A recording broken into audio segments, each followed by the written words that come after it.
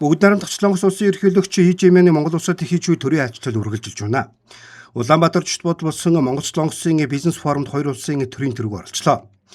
Бизнес форум стратегийн түншлэг эдийн засгийн мэдээ дагуулгаар баяжуулж ирээдүйн хамтын өсөлтийн шинэ үеийг эхлүүлэх чухал алхам болно гэж хоёр улсын аж ахуйн нэгжүүд үзэж байна.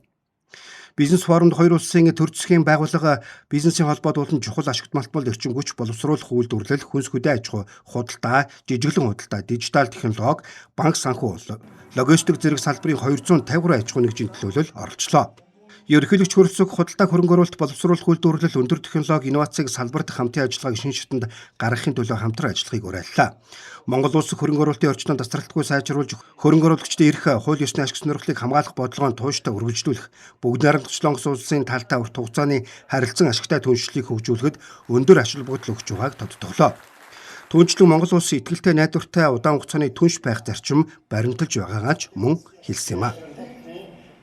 Дэлхийн эдийн засаг үйлдвэрлэл, технологийн хөгжил шинэ шатанд гарч, нийлүүлэлтийн сүлжээ эрчимтэй өөрчлөгдөж, ногоо эдийн засаг шилжиж буй энэ цаг үед манай хоёр улсын эдийн засгийн хамтын ажиллагаа түншлэлийг улам бүр өргөжүүлэн хөгжүүлэх өргөн боломж бид бүхэнд байгаа гэж үзэж байна.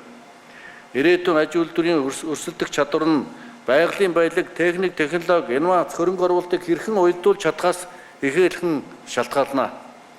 Монгол улс ашигт малтмалын ариун нөөц, сэргээлт гэрчим хүчний өргөн боломж, газар зүйн онцлог байдлаа ашиглан бүгд найрамд Солонгос улсын үйлдвэрлэл, технологи, инновацийн чадвартай хослуулсан хамтарсан үйлдвэрүүдийг хөгжүүлж, бүс нутгийн нийлүүлэлтийн сүлжээнд илүү идэвхтэй хамтран оролцохыг хүсэж зорж байна. Энэ зорилтыг хэрэгжүүлэхэд төрийн бодлогын тогтвортой байдал, хувийн хэмжээний манлайлал, урт хугацааны хөрөнгө оруулалт, технологийн түншлэл нэн чухал ач холбогдолтой гэж үзэж байна.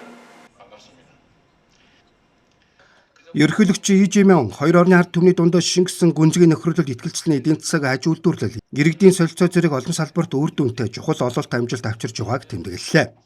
Цаашид хамтдаа хөгжих харилцан ашигтай загварыг улам өргөжүүлэхийг уриаллаа.